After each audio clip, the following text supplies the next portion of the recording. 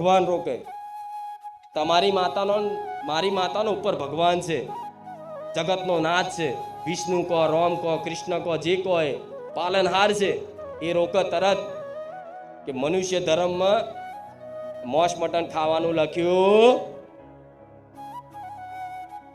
તો કે ઈંડા ખાઈએ, વેજીટેરિયન. તમારા બાપાએ કાઢ્યા? ઉલ્લુ બનાવવા દેવને. હું ઘેર નહીં બહાર ખાઉં છું. એટલે ઘેર ને બહાર, ઘેર તમારી માતા બહાર નહીં, ઘેર તમારી મઢમાં માતા જોવો છે, બહાર નહીં જોતી તમને. હું મંગળવાર નહીં ખાતો, અમુક કે હું રવિવાર નહીં ખાતો.